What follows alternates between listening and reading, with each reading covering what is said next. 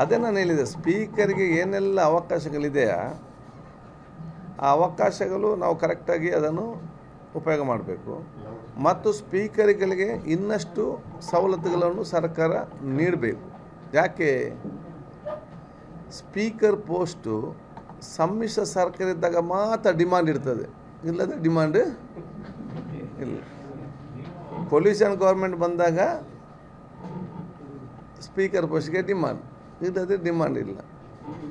Demand ಬರಬೇಕಾದ್ರೆ ಏನು ಮಾಡಬೇಕು, ಅವ್ರಿಗೆ ಎಲ್ಲದಕ್ಕಿಂತ ಜಾಸ್ತಿ ಹೆಚ್ಚಿನ ಸವಲತ್ತಿಗೆ ಇದೆ, ಇಲ್ಲ ಅಂತಲ್ಲ, ಅದು ಕೊಡುವಂಥ ವ್ಯವಸ್ಥೆ ಮಾಡಬೇಕು. ನಮ್ಗೆ ಹೇಳ್ಬೋದು, ಅದು ಮಾಡ್ತಾ ಇದ್ದಾರೆ. ಅದು ನನಗೆ ಮಾಡ್ತಂದ್ರೆ ಈಗ ಎಲ್ಲ ಮುಖ್ಯಮಂತ್ರಿ ಆ ರೀತಿ ಹೇಳಿದ ತಕ್ಷಣ ಮಾಡ್ತಾರೆ ಅಂತ ಹೇಳಲಿಕ್ಕೆ ಆಗೋದಿಲ್ಲ. ಒಬ್ಬರು ಒಂದೊಂದು ಟೈಪ್ ಇರ್ಬೋದು. ಈಗ ನಮಗೆಲ್ಲ ಏನೆಲ್ಲ ಹೇಳ್ತೇವೆ ಅದು ಮುಖ್ಯಮಂತ್ರಿಗಳು ಮಂತ್ರಿಗಳೆಲ್ಲ ಕೂಡ ಮಾಡ್ತಾರೆ. ಎಲ್ಲರಿಗೂ ಅದು ಆಗ್ತಾಯಿಲ್ಲ ಗೊತ್ತಿಲ್ಲ. ಕ್ಷೇತ್ರಕ್ಕೆ ಒಂದು ವಿಶೇಷವಾದ ಇಷ್ಟು ಟಾರ್ಗೆಟ್ ಅಂತೇಳಿ ಅನುದಾನ ಇಡಬೇಕು ಇದರಲ್ಲಿ.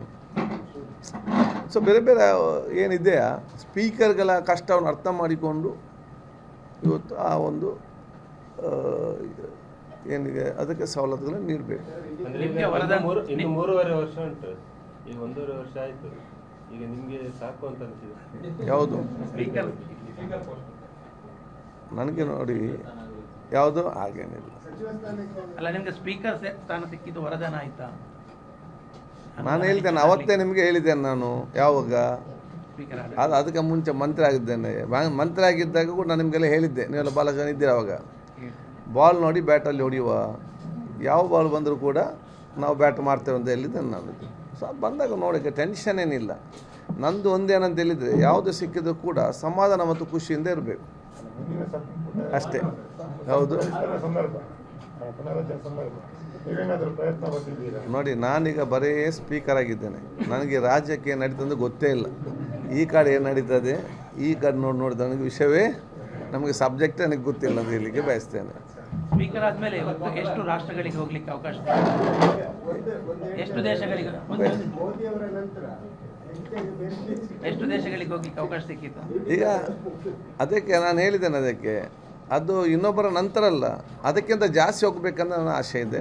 ನನ್ನ ಕ್ಷೇತ್ರ ಜನರ ಅದಕ್ಕೆ ಆಶೀರ್ವಾದ ಕೂಡ ಇದೆ ಅಂತ ಹೇಳಲಿಕ್ಕೆ ಬಯಸ್ತೇನೆ. ದೇಶಗಳಿಗೆ ಹೋಗ್ಲಿಕ್ಕೆ ಆಯ್ತು? ಈಗ ತುಂಬ ಆಯ್ತಲ್ಲ ಅಂದಾಜು ಅದು ಈ ವರ್ಷ 10 ರಾಷ್ಟ್ರ ಆಯ್ತಲ್ಲ. ಈ ವರ್ಷ ನೆಕ್ಸ್ಟ್ ಇಯರ್ ಇದೆ. ಸ್ಪೀಕರ್ ಆಗಿದ್ದ ಅವಕಾಶ ಅಂತ ಹೇಳಿದರೆ, ಸರ್ಕಾರದಿಂದಲೇ ಇಂಥ ಇಂಟರ್ನ್ಯಾಷನಲ್ ಕಾನ್ಫರೆನ್ಸ್ 5-6 ರಾಷ್ಟ್ರಗಳಿದೆ. ಅದು ಬೇರೆ ಅಂದರೆ ಇಂಟರ್ನ್ಯಾಷನಲ್ ಕಾನ್ಫರೆನ್ಸ್. ಬೇರೆ ಬೇರೆ ರಾಷ್ಟ್ರದವರು ಕರೆಯುವಾಗ ಸ್ಪೀಕರ್ಗೆ ಮೊದಲು ಆದ್ಯತೆ ಕೊಡ್ತಾರೆ ಬೇರೆ ಬೇರೆ ಕಂಟ್ರೀಸಲ್ಲಿ. ಈಗ ನಾವು ಬೆವೇರಿಯಾಗೆ ಹೋಗಿದ್ದೆವು, ಜರ್ಮನಿ ಬೆವೇರಿಯಾ, ಅಲ್ಲಿ ಆಸ್ಟ್ರಿಯಾ ಹೋಯ್ತೆವು, ಚೆಕೋಸ್ಲೋವಾಕಿಯಾ ಹೋಯ್ತು. ಈಗ ಇವತ್ತು ನಮ್ಮ ನಾಳೆ ವ್ಯಾಟಿಕನ್ ಸಿಟಿಯ ರೋಮಿನಲ್ಲಿ ಇಂಟರ್ನ್ಯಾಷನಲ್ ಪೀಸ್ ಕಾನ್ಫರೆನ್ಸ್, ಅದು ಯಾವುದಂತ ಹೇಳಿದರೆ ಬ್ರಹ್ಮಶ್ರೀ ನಾರಾಯಣ ಗುರು ಅವರ ಅವತ್ತು ಏರ್ಪಾಡು ಮಾಡಿದರು. ಅದರ 100 ವರ್ಷ ಸಂಭ್ರಮವನ್ನು ಅಲ್ಲಿಯ ಒಂದು ಸಂಸ್ಥೆಯವರು ಮಾಡೋದು. ಅದಕ್ಕೆ ವಿಶ್ವದ ಎಲ್ಲ ಇವರನ್ನು ಕೂಡ ಕರೆದಿದ್ದಾರೆ. ಯಾರನ್ನು ಧಾರ್ಮಿಕ ಗುರುಗಳನ್ನು, ಸಾಮಾಜಿಕ ಗುರುಗಳನ್ನು, ರಾಜಕೀಯ ನಾಯಕರುಗಳನ್ನು ಸ್ಪೀಕರ್ ಆಗಿ ನಾನು ಕೂಡ ಇವತ್ತು ಕರೆದು ಬರ ನಾವು 3 ಜನ ಮಾತ್ರ ಮಾತಾಡಲಿಕ್ಕೆ. ಅದರಲ್ಲೊಂದು ಅಲ್ಲಿ ಹೋಗಿ ಅವರನ್ನು ಉದ್ದೇಶಿಸಿ ಮಾತಾಡಲಿಕ್ಕೆ ಸಿಕ್ಕುವುದೇ ದೊಡ್ಡ ಮಟ್ಟದೊಂದು ಅವಕಾಶ. ಆದ ಕಾರಣ ನಾನು ಇವತ್ತು ವಿಧಾನಸಭೆಯಲ್ಲಿ ಕೂತ್ಕೊಂಡಿರಲಿ, ಅಥವಾ ನಾನು ಡೆಲ್ಲಿಗೆ ಹೋಗಿ ಮಾತಾಡೋದಿರಲಿ, ಅಥವಾ ನಾನು ಬೇರೆ ದೇಶಕ್ಕೆ ಹೋಗಿ ಮಾತಾಡುವಾಗ ಅದು ಯೂಟಿಗಾದ್ರೆ ಮಾತಾಡೋದಲ್ಲ, ಅದು ಉಳ್ಳಾಳದ ಜನತೆ ಮಾತಾಡೋದಂತ ಹೇಳಲಿಕ್ಕೆ ನಾನು ಇವತ್ತು ಬಯಸ್ತೇನೆ. ಅಲ್ಲಿಂದ ನನ್ನನ್ನು ಅವ್ರು ಜನ ಕಲಿಸಿದ ವಿಚಾರ. ಇವರ ಅದು ನೆಕ್ಸ್ಟ್ ಫಸ್ಟು ಇದು ಹೋಗೋರು ಕಡಿಮೆ ಹೋಗಿದ್ದಲ್ಲಿ ಅವ್ರು ಕರೀಲಿಲ್ಲ, ಕರೆದು ಹೋಗ್ಬೋದು. ಅವ್ರು ಚೆನ್ನಾಗಿ ಎಲ್ಲ ಆಲ್ ಆರ್ ಗುಡ್. ಇಂಟರ್ನ್ಯಾಷನಲ್ ಕಾನ್ಫರೆನ್ಸಿಗೆ ಬರಲಿಕ್ಕಿದೆ, ಬೇರೆ ಎಲ್ಲ ಕಾನ್ಫರೆನ್ಸಿಗೆ ಆ ದೇಶದವರು ಬರಬೇಕು, ಕರಿಬೇಕು. ಮೊನ್ನೆ ನನಗೆ ಬೇರೆ ದೇಶದ ಬಂದು ನೀವು ಮತ್ತು 5 MLAಗಳನ್ನು ನೀವು ಆಯ್ಕೆ ಮಾಡಿ ಒಟ್ಟಿಗೆ ಒಂದು ಡೆಲಿಗೇಷನ್ ಬರಬೇಕಂತ ಹೇಳಿದರು. ಅದಕ್ಕೆ ನಾನು ಅದಕ್ಕೆ ನಾನು ಅಶೋಕ್ ರೈ ಮತ್ತು ವಿಮಾನದ ಕೋಟ್ಯಾನ್, ಕೌಜಲಿಗಿ ಇಂಥ 5 ಜನರನ್ನು ನಾನು ಕರ್ಕೊಂಡು ಹೋಗಿದ್ದೆ. ಅದರಲ್ಲಿ ಅಲ್ಲಿ ನಮ್ಮ ಸ್ಪೀಕರ್ ಇರಲಿ, ಅಲ್ಲಿಯ ಎಕ್ಸ್ಟರ್ನಲ್ ಮಿನಿಸ್ಟರ್ ಇರಲಿ, ಮತ್ತು ಅಲ್ಲಿಯ ಕಲ್ಚರ್ ಭಾಳಷ್ಟು ಕಲೀಲಿಕ್ಕೆ ಭಾಳಷ್ಟಿದೆ. ಮತ್ತು ನಮ್ಮಿಂದ ಕೂಡ ಕಲೀಲಿಕ್ಕೆ ಅವರು ಕೂಡ ಭಾಳಷ್ಟಿದೆ ಇದರಲ್ಲಿ.